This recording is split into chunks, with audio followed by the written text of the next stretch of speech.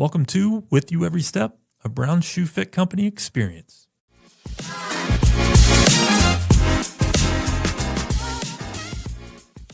Today, I'm super excited to be with one of my good friends, Craig Gerard. We're both with Brown Shoe Fit, and the idea came out of a meeting about a month ago, maybe, to start a podcast. It's something near and dear to my heart. I know Craig's as well, and we've been, talking about a way to start this, and here we are, in 2026. Episode 1. Episode 1. It came up in the meeting, just a few weeks ago to get this thing going, but we've talked about it for a few years, Yes. right? You and I, and then of course with your experience in this space, and you have had a podcast, and you've been out there, and you have your book out there, and so the experience is so valuable that you have to get this thing kicked off. Yeah, I learned a lot. What to do, more what not to do. So, that's the cool thing about the journey on this first episode. We're going to talk about, of course, Brown Shoe Fit, what brought us here, what brought us together. And it's a super interesting story for those of you tuning in. We are an investment company that sells shoes. At least that's how it was sold to me. Craig has been with the company a long time under, his dad as well. So multi-generational. So he's definitely got a story to tell, and we'll definitely, he'll have the majority of the episode. Maybe we'll see where this goes. But wanted to start off by introducing ourselves. If you're tuning in, just seeing what this Brown Shoe Fit podcast is about, it's definitely focused on the company. We're just the messengers of the great thing that when Brown started back in 1911, and Craig again will go into that. But my journey with Brown Shoe Fit. Been with Browns now 14 years. It'll be 15 in July. Super grateful for the company and what it's offered me and my family. The opportunity. We'll say that word a lot during this episode and future episodes. It is that. It's set my family and I up for financial success. Always wanted to own my own business. Found Brown Shoe Fit from a friend that I worked at for a previous company. And then... the rest is history, as they say. I trained for Jason Wetzel out in Longmont, Colorado. We've got our career page, a snippet up here on the TV if you're watching this. But if you go on our website, you can see the different store locations, 73 store locations. Just started e-commerce last year, fourth quarter, and that's rolling well. But just such a history of putting people first, I would say, is what we're about. And, we strive for that every day. Do we miss the mark? Sure. But excellence definitely is the mark that we're shooting for. And so, trained for Jason Wetzel, Longmont, Colorado, had a store in Sterling, Colorado for 2 years, was in Jacksonville, Illinois for 5, and then almost at the office for 5. So this year in July, it's been a journey. Definitely the journey is what it's all about. Still learning every day. And just always thinking, how to put our people first, but then also our customers. It's just, it's about everybody else. So that's a quick snippet about me. You'll learn more about me throughout this episode, future episodes. But Craig, take it away. Yeah. Thank you, Adam. Our friendship started when you were in Sterling, I guess, right? And, got to spend a little bit of time together at our company meetings and get to know each other. And, Adam was always that younger manager that was striving to grow his business, striving to build something bigger than just the average store. So he just, we had that in common, that growth mindset. And back to Sterling days, and then you get the opportunity to go to Jacksonville, and that's where you really blew up.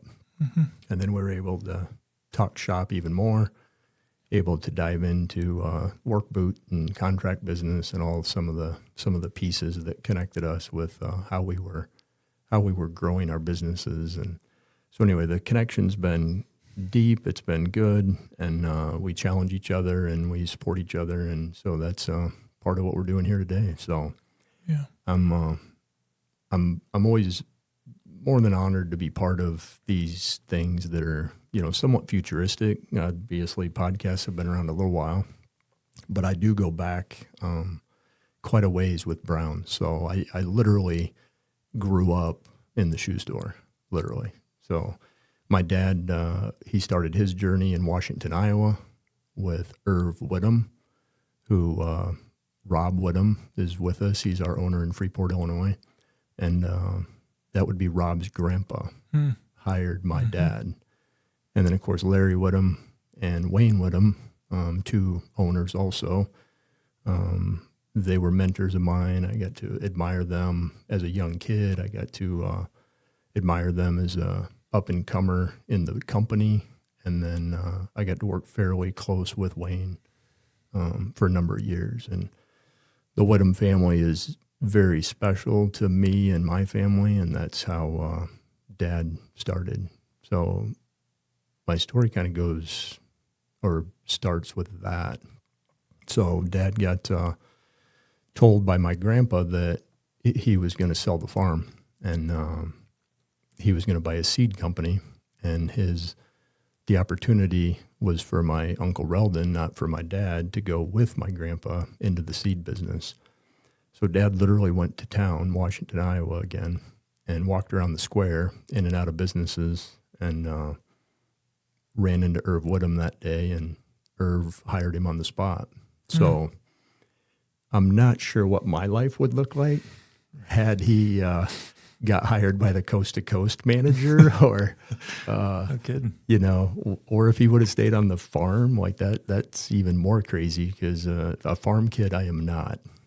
So anyway, I could attest to that. Yeah. I know the difference between a wrench and a screwdriver, but that's about as far as I go. I'm not either.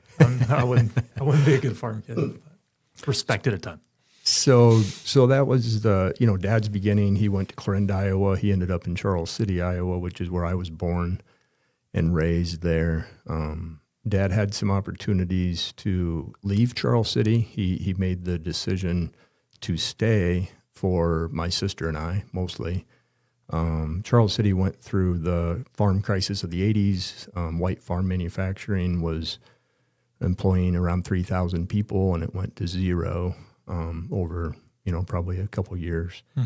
And obviously his business went south with that amount of employment, leaving a small town in Iowa. So he had opportunity to leave. He chose to stay.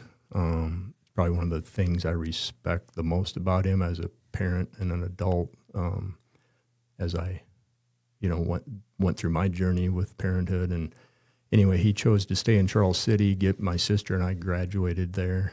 And then I jumped into the program with him. I decided my junior year of high school, I wanted to own one of these things, and I wanted to manage a shoe store. Of course, growing up in it, literally in grade school, I would walk from grade school down to the shoe store and clean windows, vacuum the floor after we closed. You couldn't start the vacuum until the door locked. That was, some of the old school stuff.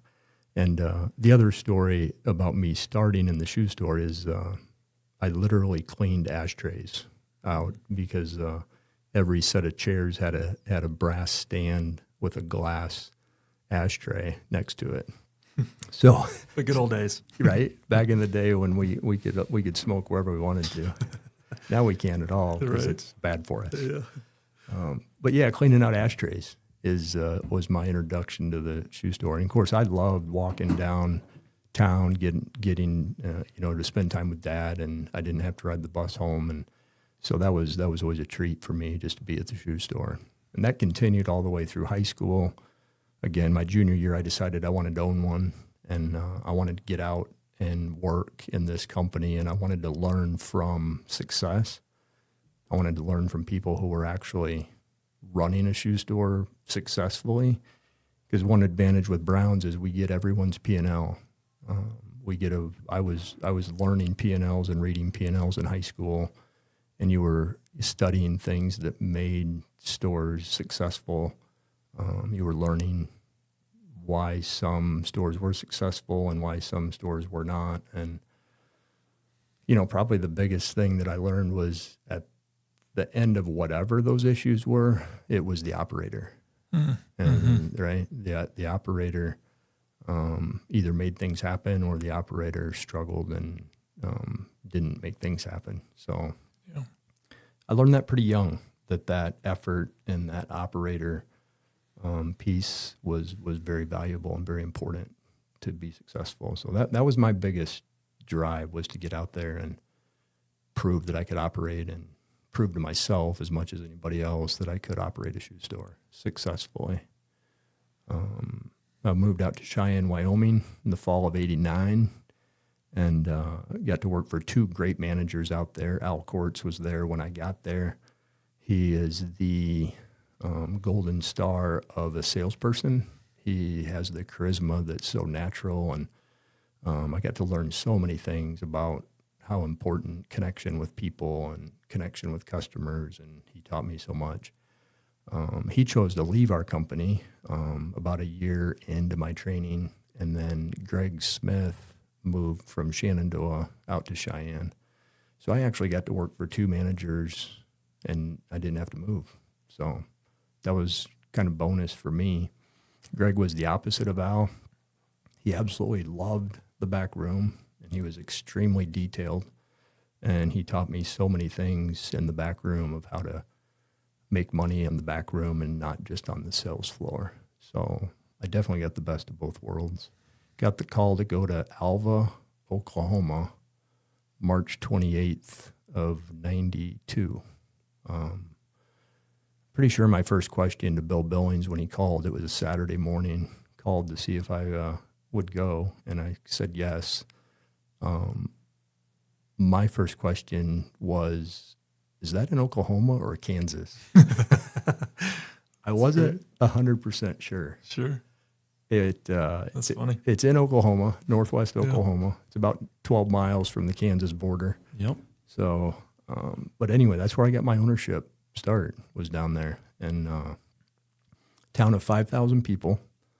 So in that part of the country, literally homesteaded property, right? So these families and people have been there for 100 years, and land that they had homesteaded, and the people down there are just so kind and passionate about that part of the country, and so I really got to experience that. I mean, I grew up in a small town, 10, 12,000 people, but this was even more connected. It was even a tighter knit community. So I learned how valuable it was for every single customer to like me.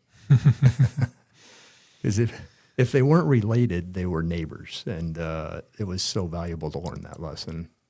Yeah, we talk about that a lot.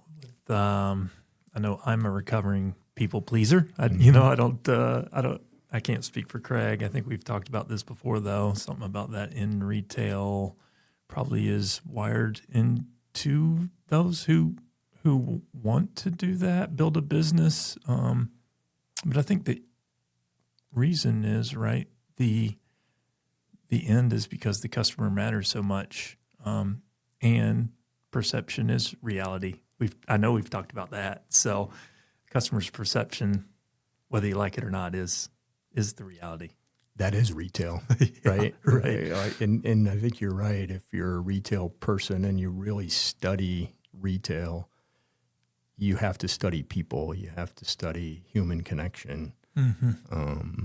We talk about it a lot, and in today's world with all the technology, all the social media, all the AI, it's real. Truthfully, it's super cool. I love technology, but being a true retailer, it's all about human connection. It's all about people to people. You and I have been talking about that for 10 years since we've known each other. Mm-hmm. I think we're hearing more and more now mm-hmm. than ever about human connection because of AI, because of social media.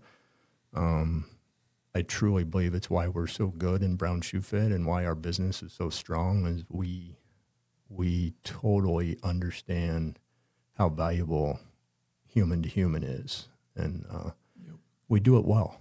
We do it well because we study it. And and we care. We care about people. That's the word. Yeah.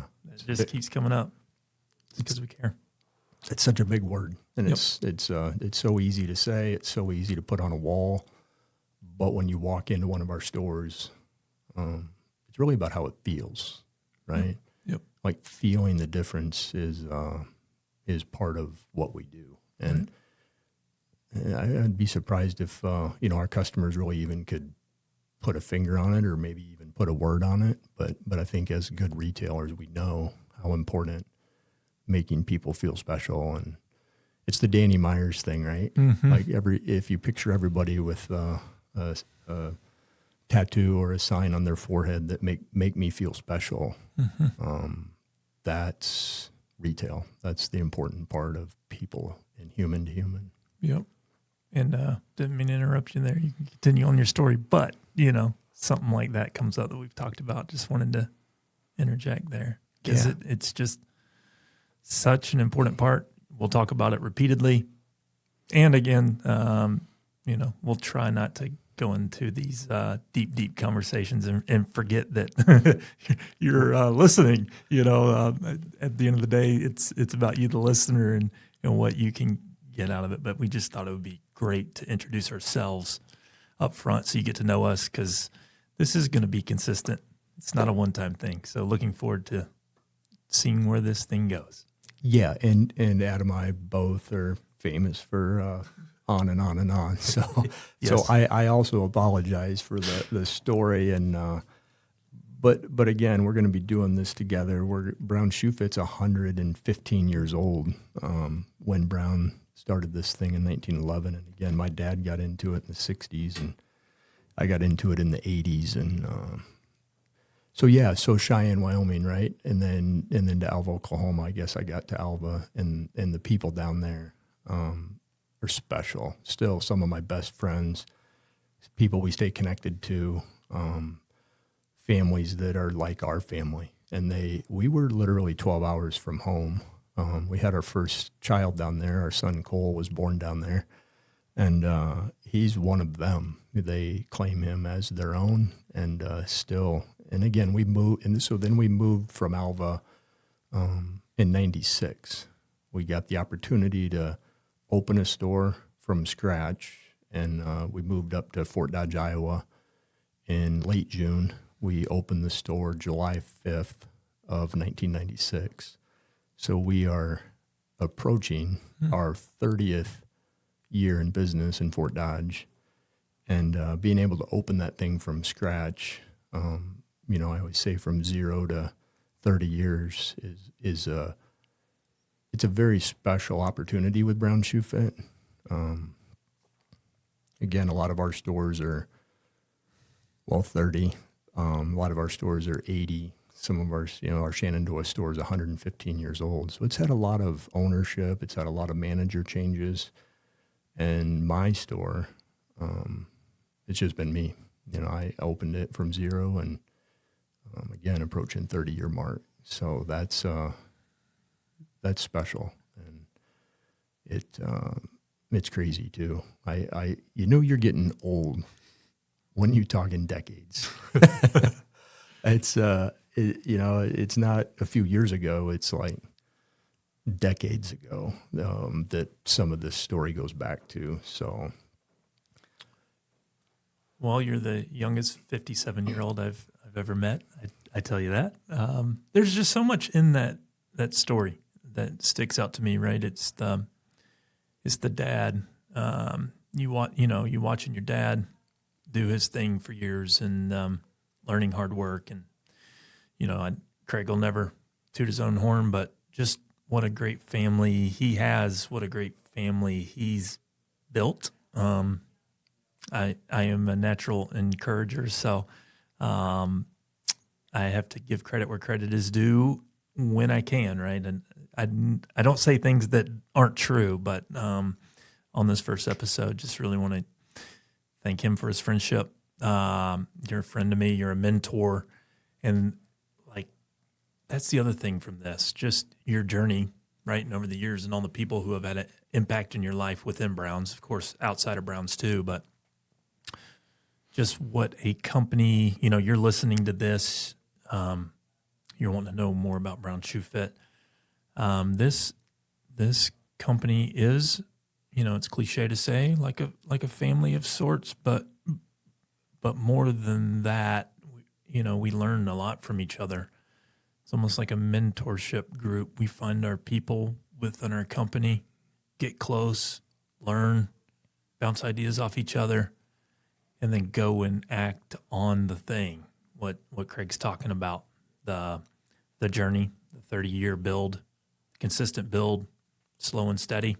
I mean, there were those times where business growth did happen fast, but I'd say the majority, at least in my own journey, right, there's those years that are fast build, but when I was in a store, but the majority of it is the slow build journey, caring about people, and definitely, right, the reason we're doing this is a business podcast. Sorry. So the business stuff will come, the financial side, all that, but caring about people is our culture, is who we are. And we think that eventually that will build into a thing, which it is the, since 1911, slow build that Win started. And we're just continuing his legacy and what he did. Yeah, there's definitely history, right? Obviously with 115 years and that Win, maybe a little history on Win too, that this story is so cool. And Win started the first store in Shenandoah, Iowa, literally started with $1,700 in 1911, which is about $60K today. So fairly minimal amount of money to get started into a business. But Win also was so good and understood consumer perception again, he literally bought empty shoe boxes, filled his walls with empty shoe boxes and the $1,700 of product that he actually had shoes in them. And that's how he started. And then he worked, and we can only imagine the startup nerves and the startup challenges. And again, he started with 0 customers and built a business in Shenandoah, which is still located in the original location, still operated under Brown Shoe Fit. And I think this is very important for our first episode too, as we talk about opportunity and what this company is a company of ownership.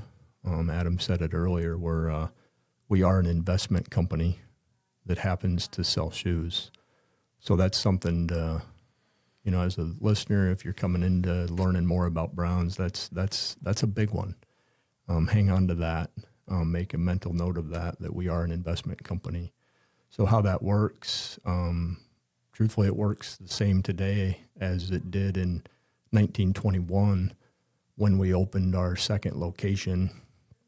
I say we, I'm not that old, but this is in 1921 when offered an opportunity to Charlie Perry to be an owner and to buy into a shoe store and operate it on a daily basis like it's his own. And Win also invested in that store to give him time to grow financially, which is exactly what we do today. We bring people into our company. If they have it, if they want it, they can become an owner through the training program, through life experience and just living in the shoe store, saving their money. And then we offer them an opportunity into a shoe store like Alva, Oklahoma for me, Sterling, Colorado for you. Mm-hmm. And we literally get to purchase a percentage of that LLC in that community. And obviously we have partners who are also inside of Brown Shoe Fit. There is no investment money put into Brown Shoe Fit outside of Brown Shoe Fit people. So the only way to come in is to go through our training program, become an owner and an investor. And we're still set up the same way that Win Brown set this thing up, which is absolutely mind-blowing to me. It's one of the coolest things that I think we can talk about with future owners. Yeah, I mean, you're talking about the people that get into this, those qualities. I'd say that every great store operator has, some attributes in common. Self-driven, hardworking, definitely. Things as you look back at the story of Brown's, Wynn and people that have come after him to continue the legacy. Definitely those things. And then, of course, care. That continually comes up. But great people, highlighting the importance of our people that have continued it. Great people is what keeps this thing going, And so we're always looking for great people. At the end of this episode, in show notes, we'll plug the website, brownshoefitco.com. You can go on there and find out more about the careers and who we are and what we do. If something like this sounds, up your alley, always wanting to own your own business, want to give back to your community, definitely hit us up. It's just such a great opportunity. And I think what's so important about this podcast is it humanizes Craig and I, and, it helps you put real people to this opportunity.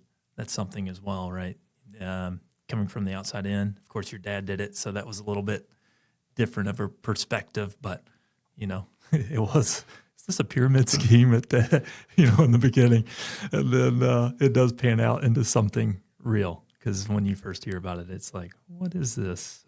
But yes, I can say almost 15 years later, it's the real deal. So it is the real deal. And one thing we keep throwing out there, and I think it's important on this first episode, again, the realness of Brown Shoe Fit. It is real people. It is real opportunity to buy in. And my biggest blessing in Fort Dodge in the 30 years of building this retail business is the people that I've been able to hire, become friends with, become their mentor.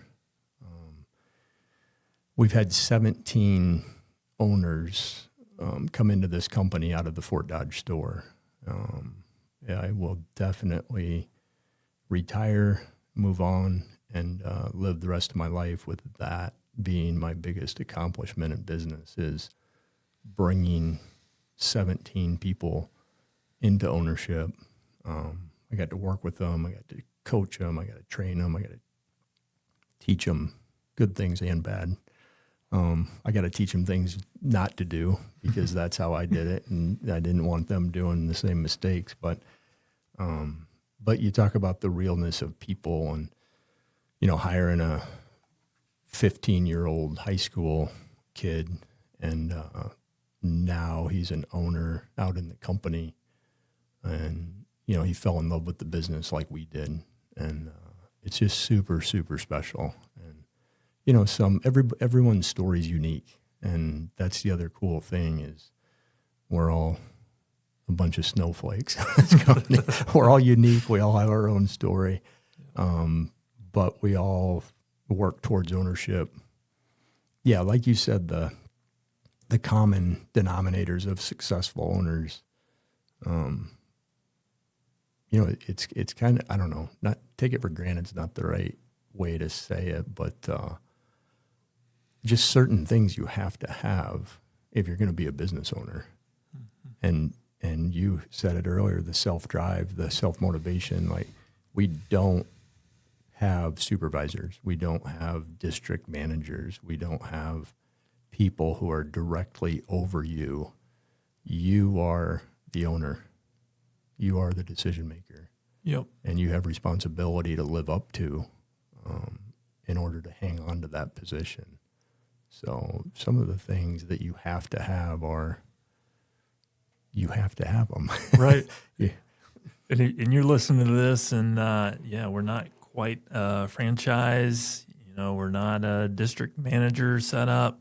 It's a very unique setup. So if you're trying to put your mind around this, you've probably never heard of any company set up like this. And I would agree. But, being in the office almost 5 years now, just seeing both sides at the store level, at the geo level, like, we are there to support stores in their journey to help them find success. And of course, success as a company, we're paying partners, right? That shows up on the P&L.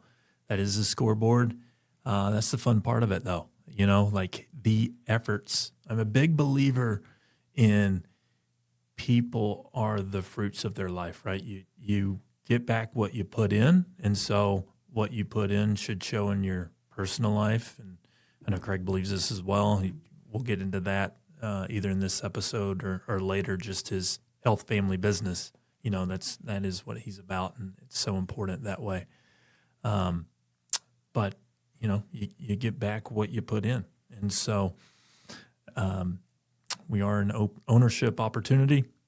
It's an awesome opportunity. So who does this company attract? It is those who want to be an entrepreneur. I didn't have, you look into franchises and the opportunities that are out there and the needing $1 million capital up front, and that wasn't me. Didn't have that. So Brown's Finances, your first store opportunity. After your training process, learn about the business, learn what to do, what not to do.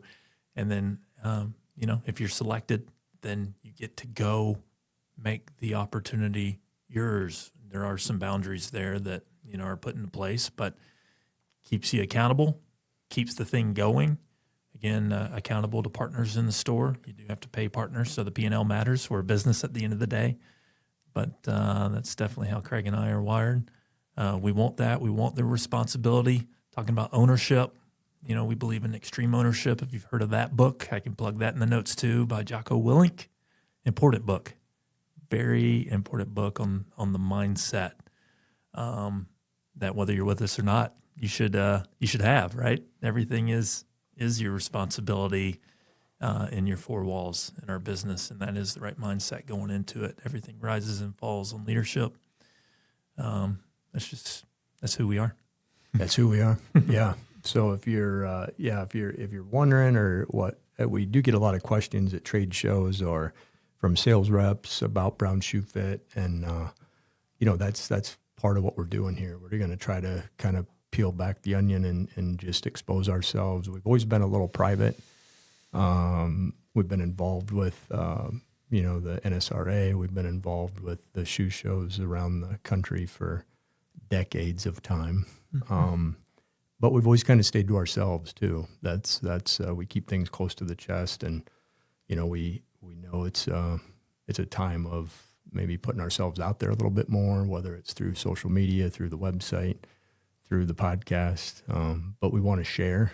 We want to talk about it, and if there's any interest at all from yourself or anybody that's kind of what a lot of this is just sharing the opportunity and hopefully find some more great people that want to be business owners. But again, we have so many things, and Adam mentioned it earlier, the mentorship that we have in our company is probably for us that have been in it for so long almost taken for granted, so to speak, versus a true independent shoe store out there.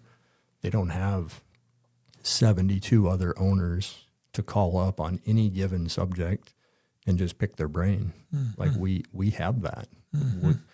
And we get their P&Ls. Right. So who to call. Yes. If somebody crushes a month or a quarter, we literally call them up and we chat with them and we pick their brain, and then maybe we put it to use, maybe we don't. But we have that inside of our company. And again, it's what makes us better. It's what makes us unique. It's what makes us 115 years old, is we're still doing it that way, and we share everything with inside of our company. It's awesome. It's crazy awesome. And again, I've been at it for 35 years as an owner, and pushing 40 years full time from getting out of high school. So it's been decades. It's awesome. And, something so cool, and Craig can speak to this as well, but just talking about your journey, like probably a different Craig Girard at the beginning, in the middle, at this stage in your career. like the different person you are, throughout, and the things we learned. And this episode, I wanted to read a few quotes, kind of to back up, kind of what these episodes will be about, and just so you know, and just kind of give you a snapshot in what our plan is. These first few episodes, Craig and I, we're going to figure out the flow and things as we're on episode 1. And then in a couple episodes, we're going to bring in some of our store owners, chat with them about their journeys. We've got some great people, what we're talking about here, and then start bringing other business leaders either in Des Moines or outside of Des Moines, and then also in the footwear industry. And so just so you know what you're getting into, this is with you every step, Brown Shoe Fit experience. And so we're super excited to take you along on this journey. And really want Craig to kind of give his thoughts after these, but the question I want to ask guests in the future, probably how we'll end every episode, is right.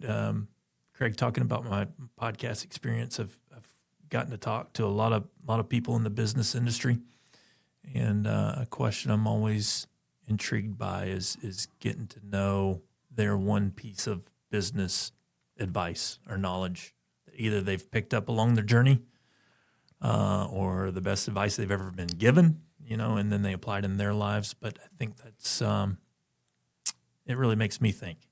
And whether you join Browns or not, this podcast, hopefully, right, I try to make sure that every business meeting that I have with somebody, can this person take one thing away?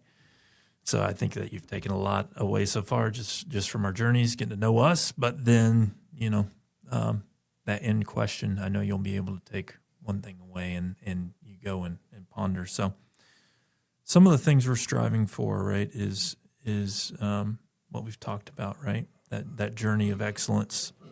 A recent book that came out, Unreasonable Hospitality, that Oak Park came and talked to us about, a local restaurant here in Des Moines. If you're in the area, ever visit the area, make sure to stop by. Great people, great food. If you get to know me and Craig, we're both foodies. We love great food. But even more so, we are addicted to excellent customer experiences.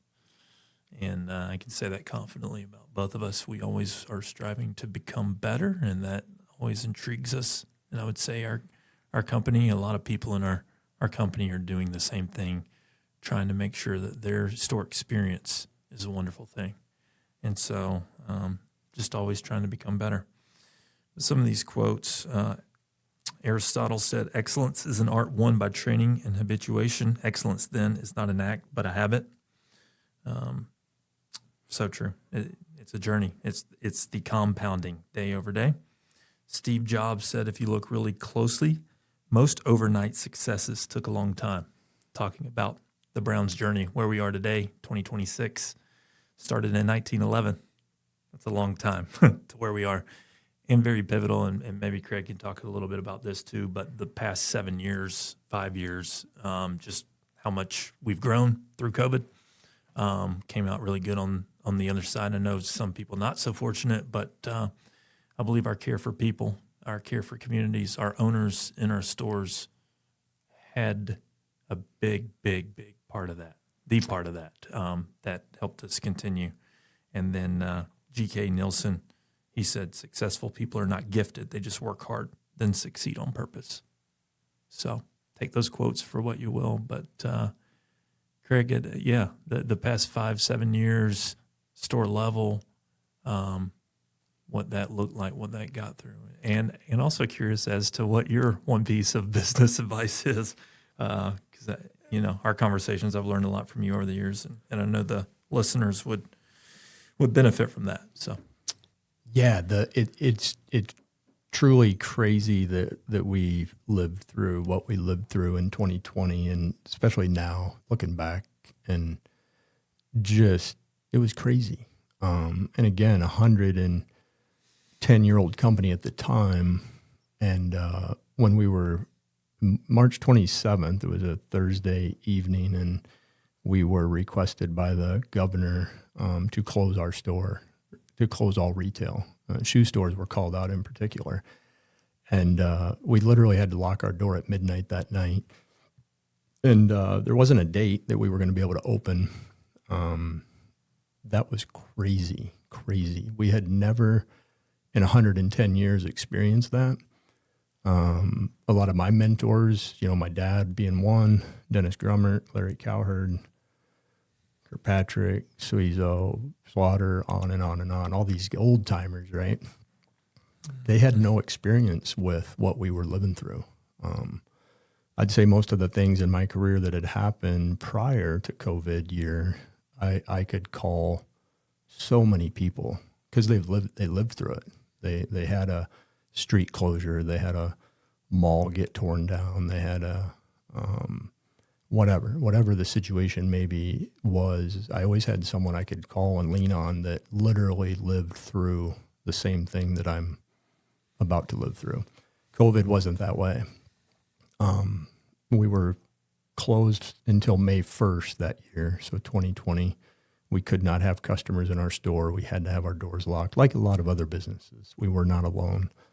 And you and I talked a lot that year. I was still in the store at that time, and it was a fight. You were in Jacksonville, and but I think I think that is what we did.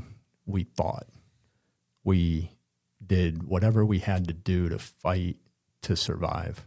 Mm-hmm. And I had 2 full-time employees. I had Jazzy Porter and Amanda Specht with me. The 3 of us fought on a daily basis, and it was my personal biggest win that April with the doors locked. We were down 50% for the month. It was the biggest win I ever had in my career to be down 50%. We finished 2020 in Fort Dodge down 1%. We worked our tails off to do that. And I know you had a, in perspective, you had a good 2022, right, in Jacksonville. So, not really the case company-wide, not really the case nationwide. But for me personally, looking back especially, I kind of needed it. I kind of needed the challenge. I needed the obstacle is the way. Mm-hmm. I literally discovered Ryan Holiday during COVID of 2020, and that changed my mindset. It changed my approach. The obstacle is the way. Mm-hmm. Found Marcus Aurelius in those times. I really, really went deep on history and things that people went through that were worse. The Black Plague was worse than COVID, right? Right. Nobody was around then, right. But anyway, that fight is real, and then we have grown in record pace for the last 6 years. Mm-hmm. It's insane, and now Adam said earlier, we opened .com for the first time. We were a 114-year-old company with 0 .com. Truthfully, that's a little bit embarrassing to say. How do you not have a .com in 2024? But we did not, and we were still growing. But now we do have a .com. We do. BrownShoeFitCo.com. And so much of that comes back to the ownership model and figuring out how people will get paid. That's just the back end of it. It's a lot. Probably some of the timeline on that had to do with just figuring out the payment structure on how stores would then receive payment off the e-commerce, but we're, finally there, and it's out in the world. So. It's out there. Yeah. You can shop from your couch now too. We would rather you come to the store, of course, but we can service you so well in the store. But it's crazy what that 5 to 7 years has done to our company and has really moved us forward. We have innovated a lot. Our young people are absolutely crushing it. We have young people out there who understand retail. They understand human-to-human work. They're working 50, 60, 70-hour weeks. They're doing whatever they got to do. Anybody that says young people don't work hard, they they're hanging out with the wrong young people because we have young people that are absolutely crushing this this retail environment. So, and those stores that definitely saw success during COVID had some good momentum going into it, but then it feels like what we've seen maybe over the past few years is some good momentum even built during COVID. Thinking of a couple of our biggest locations, and they've continued that momentum. So momentum's not something that's maybe talked about a ton, but it's real. It's real, and I think and you hit it earlier, but the other big piece is our community, and some of our bigger communities, COVID was a little more challenging, right? They're maybe not quite as connected in the community as some of our smaller communities. They came through COVID better, but the local communities, the local people supported us so well and so strongly that that helped our businesses. I'm thinking Nebraska City and Atlantic and Shenandoah, and our customer base. Mm-hmm. You're exactly right. Yeah, yep. and we care about them, but they care about us too, and they do support us at a level where it was noticeable, especially that 2020 year. Mm-hmm. So, the one piece of advice to kind of wrap this thing up probably, and I could go a lot of different ways with this, but I'm gonna stick with something I learned from my dad. I still talk about it on a daily basis. I was on the floor almost all day yesterday, which is Adam knows the last few years I don't spend a lot of time on the floor, but last week and yesterday I was there. But it all comes down to one customer at a time, one interaction, one experience, and we go all in. We care about the person.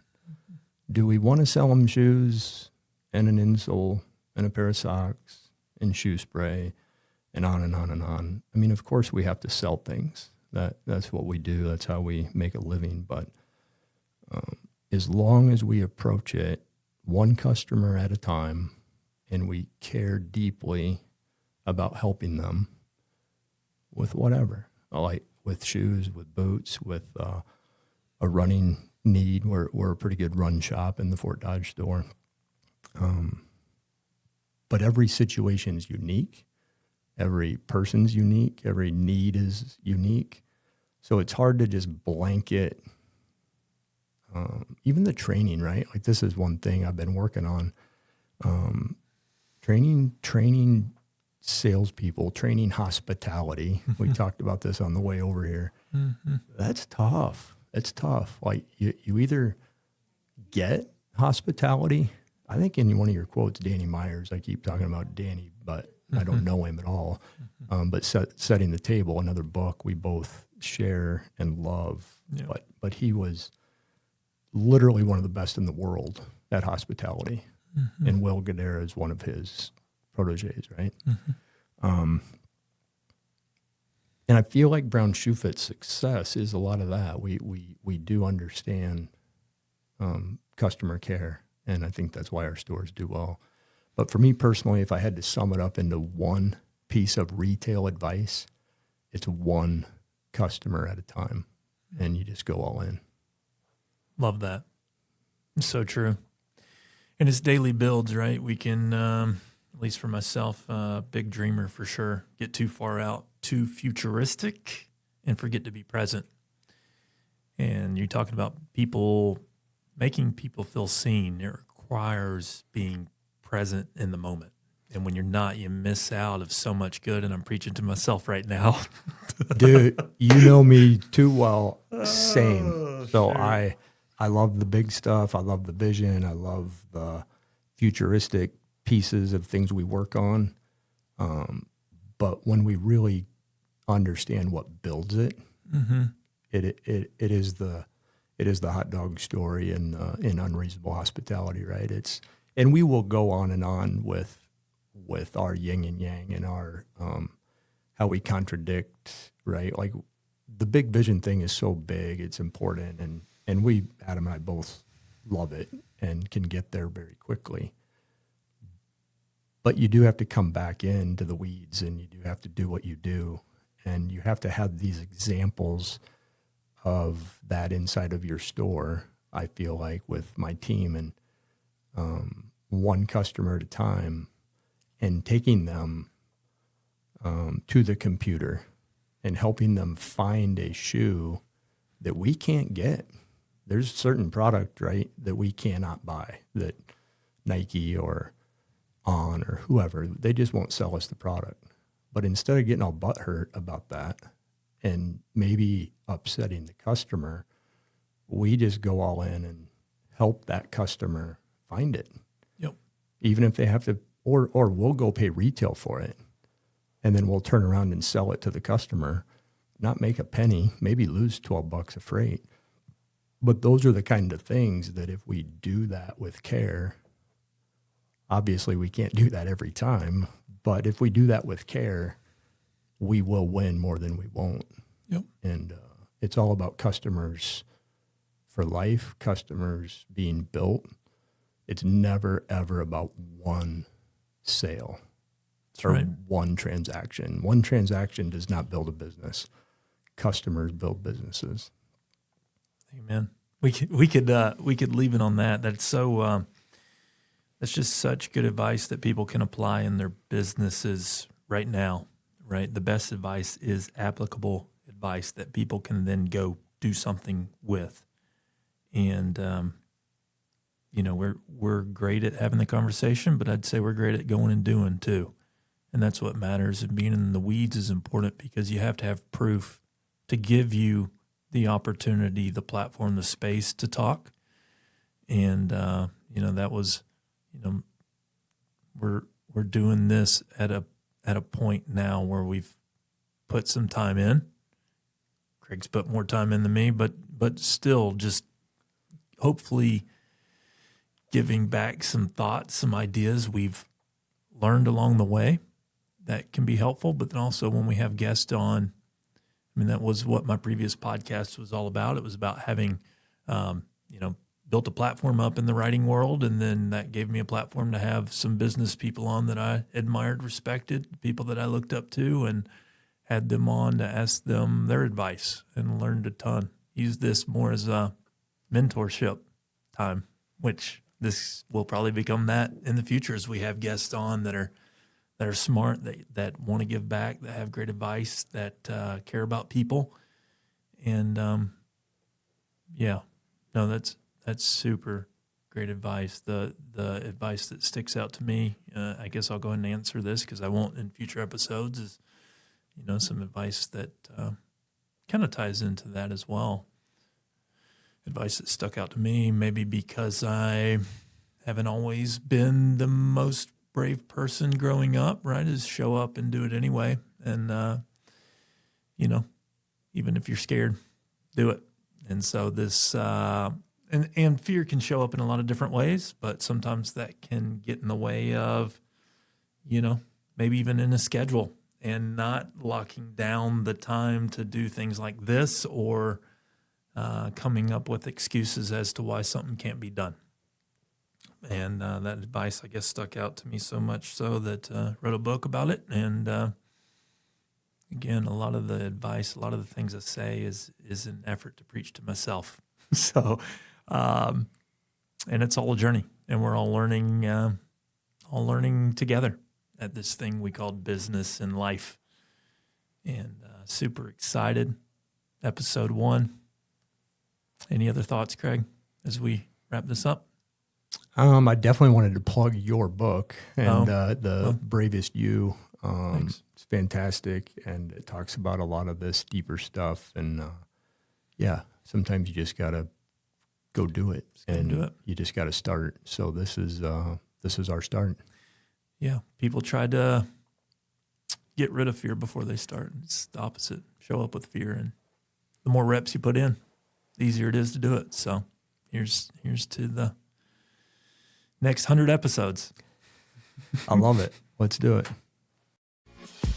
Hey everybody, thank you so much for tuning in to today's episode. If you're interested in finding out more about Brown Shoe Fit and the opportunity that we have, please visit brownshoefitco.com, our careers page, where you can find out more.